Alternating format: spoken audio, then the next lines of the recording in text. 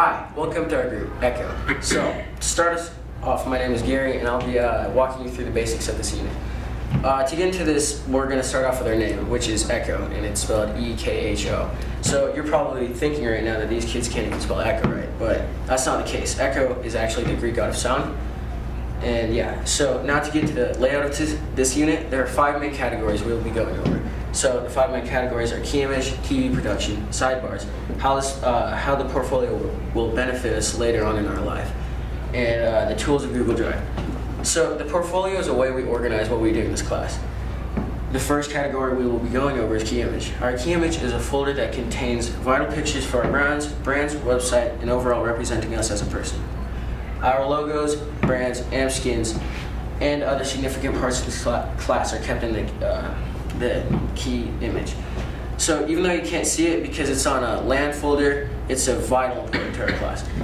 A vital part to our class. So the key image is a pinnacle of success for us. Next, we'll be going with the sidebar. So the sidebar is a way of organization for our portfolio. On the portfolio, there's a bar on the side that contains each class. So the classes we have, there are subcategories and other things in it. For instance, the class we have made, the amps and tech essentials, is split into 2 categories: fabrication and technologies, which are split into even more categories. Sidebar doesn't seem like much, but it helps us stay organized and lets us work with ease. Now, Google Drive. Once again, Google Drive is a place of storage for our work. Google Drive holds our writing, including scripts, documents, and other worksheets. It holds pictures that we put into Adobe Illustrator, Photoshop, and even Inventor. Not only does it do all that, but it also creates a safe environment for what we do, ensuring that nothing gets lost or deleted. The last category we will be going over is how our portfolio will benefit us later on in life. Our portfolio taught us how to stay organized, how to create certain things, and how to input certain things. Before this class, I would be very confused on how to use numerous factors with Google Drive, Sites, Photoshop, and along with other countless programs. Now I'm able to sit organized and have new knowledge that will help benefit me immensely in life. Hi, my name is Trini Grant. I'll be talking to you about the necessary requirements we needed for this task. The first thing we needed was a working amp speaker, but before we could get started with that, we needed to do multiple steps in order to get the finished product. The first thing we did was board drafting, and right here you can see some.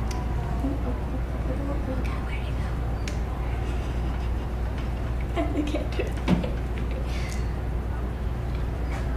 Okay. Well, anyways. We did board drafting, and board drafting is a rough draft sketch of a 3D scale model. And it is the first step before you can go onto any building or anything that you're going to be making. Next we did was CAD. CAD is the digital cousin of board drafting, I like to put it. And it was very difficult to get onto at first, and you needed a lot of patience to get through the whole thing. But we all made it. Next thing we had to do was wood fabrication and plastic fabrication. Wood fabrication, we actually used cardboard, and what we had to do was we had to build the sound body of the speaker and the side panels and faceplate of the speaker. The plastic fabrication was we had to take plastic caps and we had to melt them and punch holes through them, and we put them on our end of the speaker for the sound to come out able. Next we did was electronics, and the electronics we had to work with wires and a faceplate, and we had to know where to put all of the certain parts of the wires to connect them and solder them down onto the plate in order to have a speaker to work. After that, we had to do a skin. And what we did for the skin was we drew our pattern, or if we didn't want to draw the pattern, we could either take a pattern off the internet, but we could not copyright it, or we had to take a picture of something that we already had and that we could use for the skin. And we did it in Adobe Illustrator, and then we would print it out as a sticker and we would put it on the finished amp. After we all did that, if the speaker were to work, then we could use it for the Expo. Hi, my name is Aaliyah, and early in the term we did a career research unit.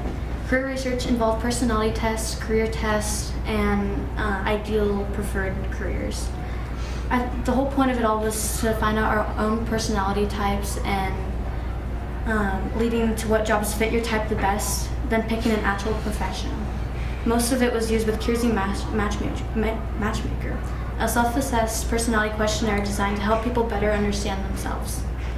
Finding your ideal job is important to help start your goals when you're in high school and help you find your own path that fits you best. Overall, knowing who you are, meaning your personality type, helps you know what job suits you the best.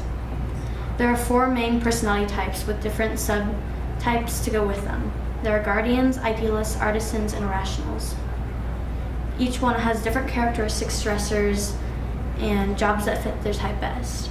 Stressors are mainly things that either give you stress or just bother you in each type of way. And based on the stressors and characteristics, a list of 40 jobs were listed for us that matched our personality type the best.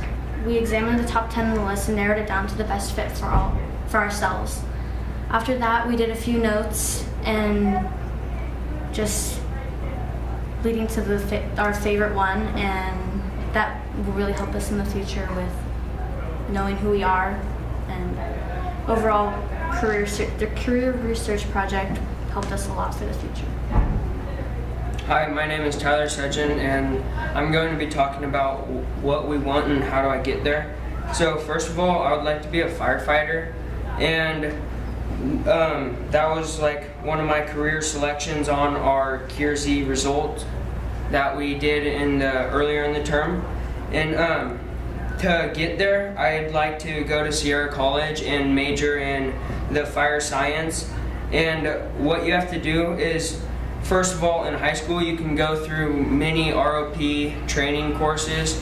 And once you get into the fire science program, which I would like to do in Sierra College,